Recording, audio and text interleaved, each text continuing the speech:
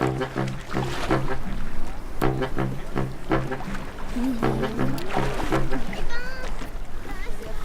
noires, algues vertes.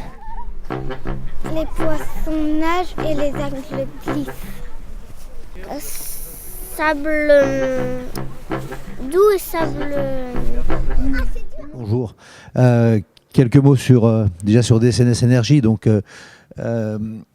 DCNS a décidé il y a maintenant un peu plus d'1 an de filialiser son activité énergie marine. C'est une présentation en anglais, ok. A décidé de filialiser son activité énergie marine, ce qui correspond un peu pour nous au passage en gros de la R&D à l'industrie. Et rentrant dans un mode industriel et commercial, on a voulu donner à l'activité énergie marine un certain degré d'autonomie et aussi une capacité financière pour affronter ces phases industrielles et commerciales.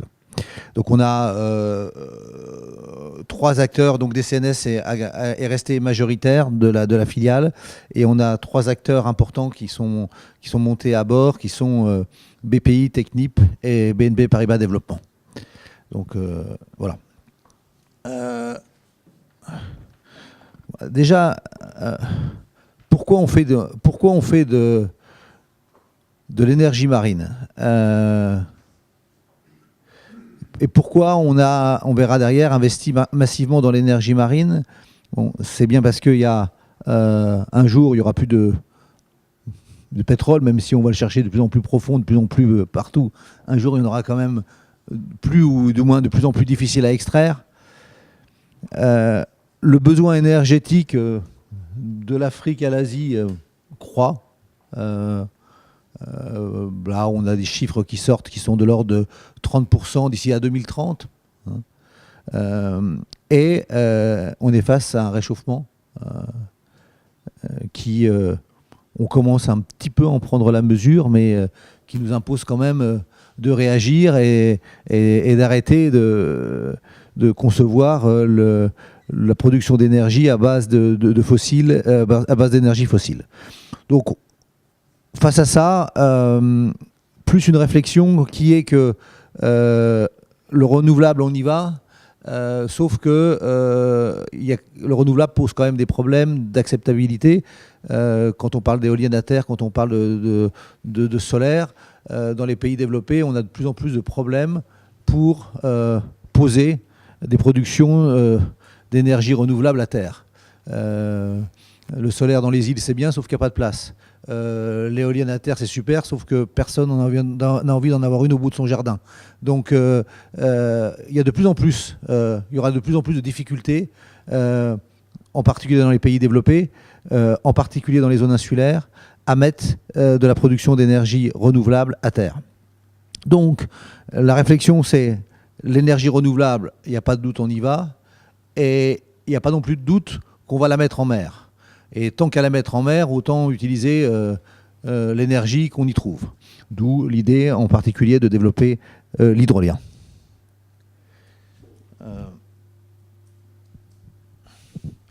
Donc aujourd'hui, la vision de DCNS Énergie, c'est une vision de une activité qui va fortement croître, assis sur 8 années déjà de R&D, 150 millions investis. Le chiffre, alors c'est sur les 3 technologies, sachant qu'il y en a une bonne moitié qui a été investie dans l'hydrolien. Le chiffre, c'est juste pour vous dire, on est dans de la grosse industrie. On est dans des choses complexes et on est dans des échelles qui sont difficiles à maîtriser. Donc les actionnaires, on est aujourd'hui dans des DCNS Énergie, 250 employés, principalement basés en France et en Irlande. On prévoit une forte croissance des ressources dans les prochaines années. Et notre vision, notre plan stratégique, c'est de réaliser à peu près 1 milliard dans moins de 10 ans.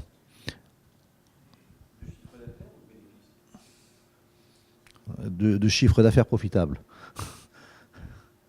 Un des gros challenges que l'on a, c'est aujourd'hui, on a déjà brûlé beaucoup de cash, 150 millions de R&D, plus une prise de participation dans Open Hydro. Aujourd'hui, clairement, on est dans une course contre la montre pour arriver à basculer en génération de cash positif et arrêter de brûler des billets. Donc voilà, on les brûle utilement, mais on brûle quand même. Donc on est au-delà du milliard, on est dans la course au seuil d'activité qui nous permettra d'être rentable.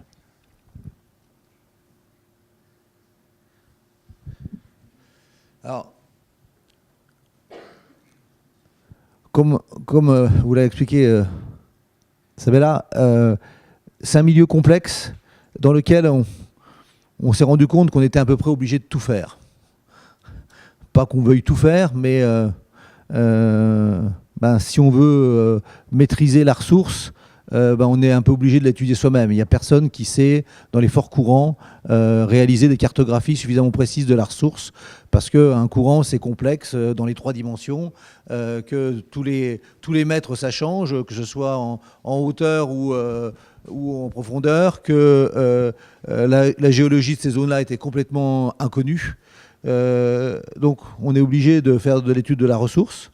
Bien sûr, on est obligé de faire notre travail d'industriel qui est de développer des machines et de les produire.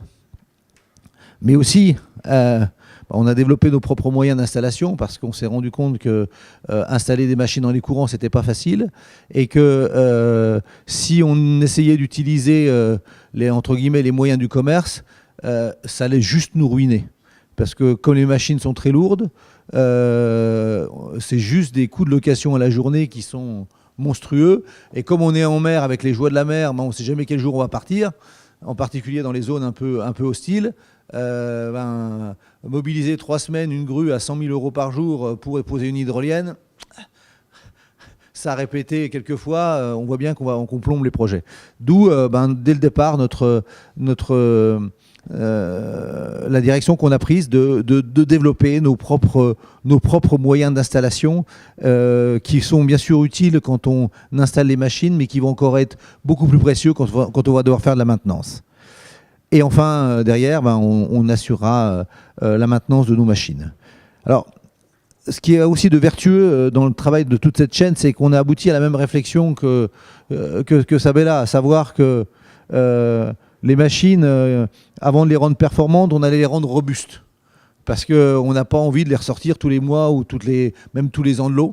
Parce que les opérations marines, même si on a nos propres moyens, même si on travaille bien, même si ça coûte vachement cher.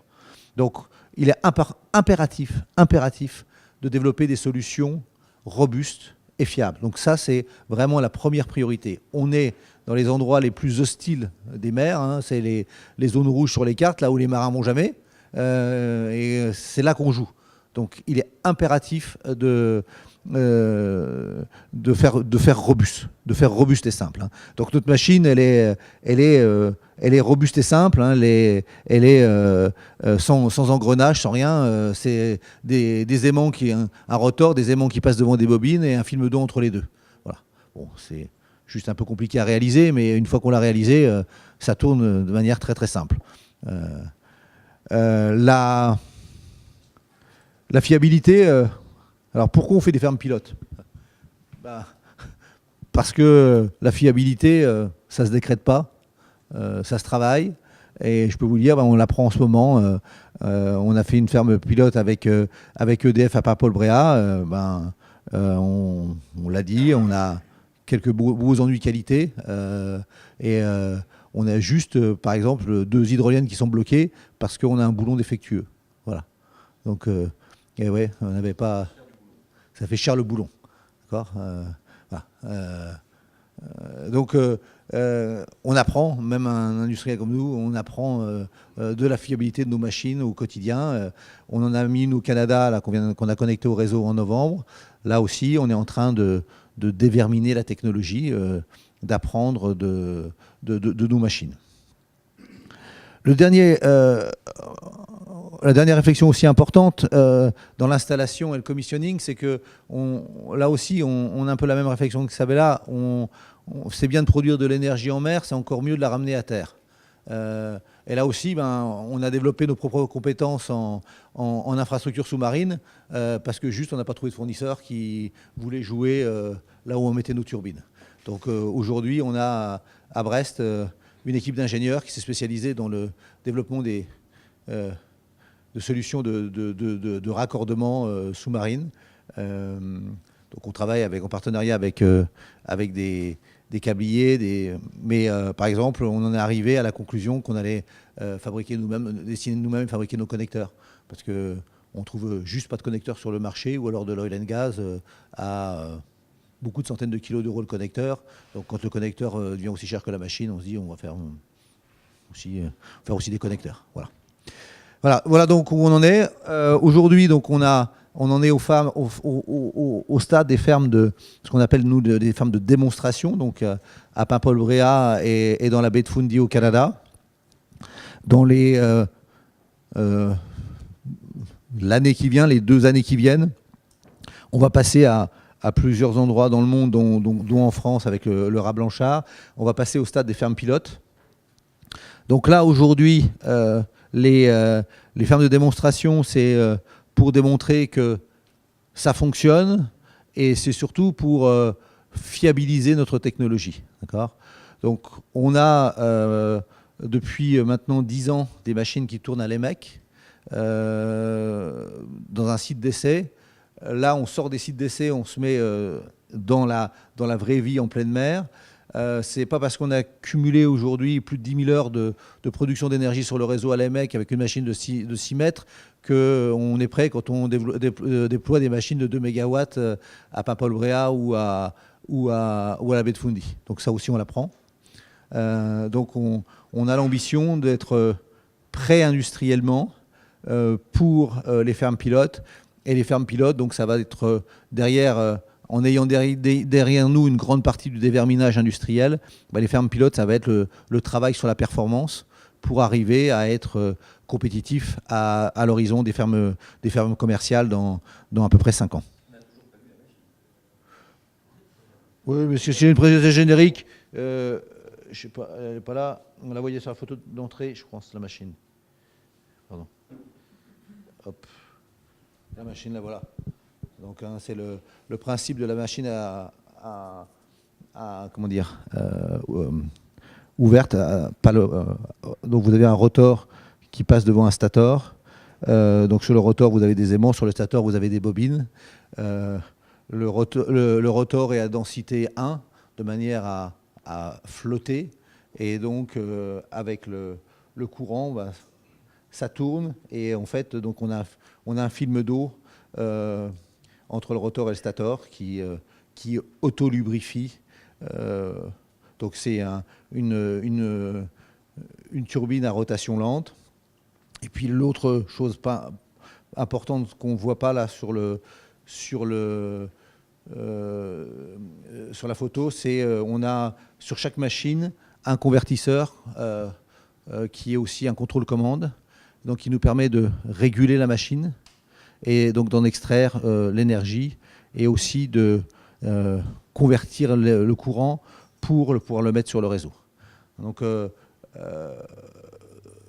sur les dernières années, en fait, ça fait un certain temps que notre machine mécaniquement est à peu près stabilisée.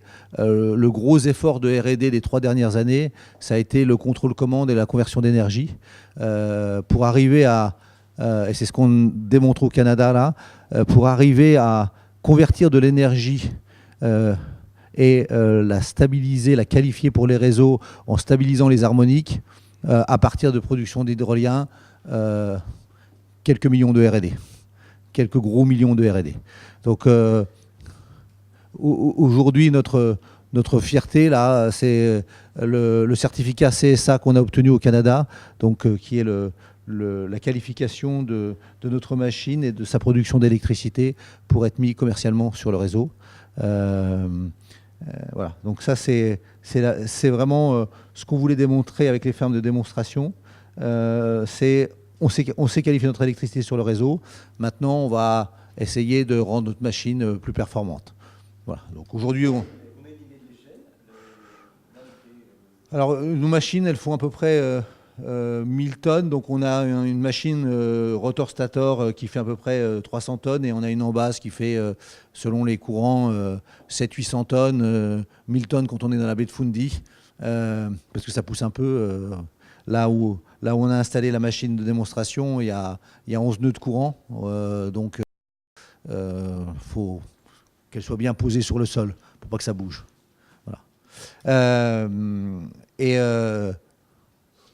La hauteur, 20 mètres, un building de 7 étages, quoi.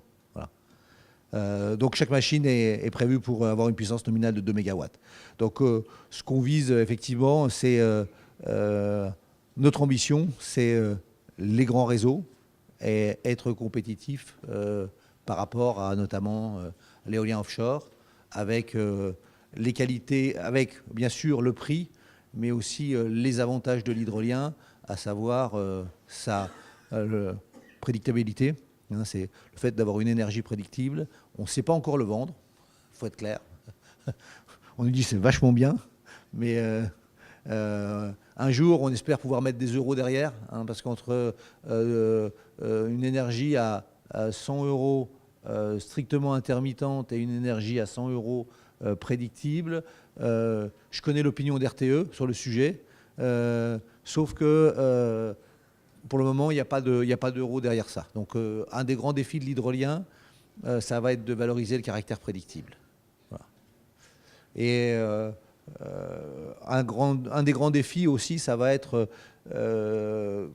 comme l'a dit Isabella, ça va être de développer avec l'hydrolien des solutions de stockage appropriées, puisque le caractère prédictible de l'hydrolien permet de transformer l'hydrolien en énergie base avec des capacités de stockage relativement limitées, hein, par rapport à ce qu'on doit mettre en stockage derrière du solaire ou ce qu'on doit mettre en stockage derrière l'éolien pour garantir une fourniture d'énergie équivalent base. Là, on est dans des rapports de 1 à 10, hein, puisqu'on sait tous les jours qu'on produira de l'énergie et on sait quelle quantité d'énergie on va produire tous les jours. Donc on sait par rapport à un besoin de consommation, quelle énergie il faut stocker pour couvrir les jours où on produit moins ou couvrir les périodes de renverse de marée. Donc on est sur 2 projets pilotes dans le monde là, pour étudier justement ces solutions de stockage. Sachant que en termes de stockage, nous, notre ambition, ce n'est pas de développer des solutions de stockage, on prend ce qui existe sur étagère. Notre ambition, nous, c'est de savoir interfacer la production d'énergie et le stockage pour transformer en énergie de base. Ce que j'ai compris de mes ingénieurs, c'est que ce n'était pas tout simple pour aller sur les réseaux. Donc voilà un peu où on en est dans l'hydrolien. Encore beaucoup de chemin à parcourir. Et puis aussi un point important, c'est dès le départ, pour nous, une ambition mondiale. Donc on a, pour des problèmes à la fois d'atteinte de taille critique et de répartition du risque, on a pris le pari dès le départ d'attaquer plusieurs zones en parallèle dans le monde. Donc on est présent bien sûr en Europe côté France et côté UK, on est présent au Canada, on est présent au Chili, on est présent après en Asie, Indonésie, Philippines. On a pris des commandes pour installer une ferme de démonstration au Japon. On ira encore ailleurs, endroit où voilà. Et je peux vous dire aujourd'hui, vu ce qui se passe, notamment avec le Brexit, on est heureux d'avoir pris la décision. On s'est posé la question, pour être clair, il y a 3 ans, 4 ans, par rapport au coût de déploiement mondial, est-ce qu'on ne ferait pas mieux de se concentrer sur l'Europe et le Canada et pas aller tout de suite en Asie et en Amérique du Sud, etc. Je peux vous dire qu'aujourd'hui, avec le Brexit, je suis super heureux d'être en Asie. Hein. Parce que j'ai démarré plus tard, mais j'ai commencé plus tard, mais je vais démarrer plus tôt.